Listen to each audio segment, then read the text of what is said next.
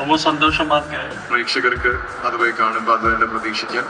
കേരളത്തിലെ ഒരു നല്ലൊരു ആർട്ട് സ്റ്റാറാ വരുമെന്ന് നമ്പിയിട്ടുണ്ട്.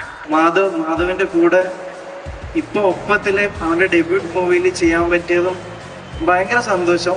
കുമാട്ടിക്കളി is something special for me because എന്റെ ഫസ്റ്റ് മലയാളം മൂവിയാണ്.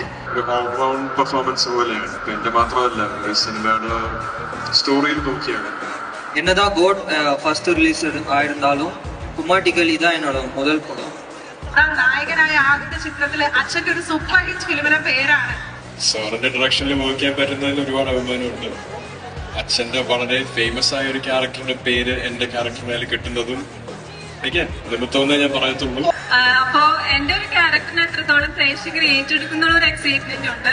ഈ ഒരു വേദി കിട്ടിയത് first thank you sir, Vinson sir, നീങ്കതാ എനിക്കിത് കൊടുത്തിருக்கு.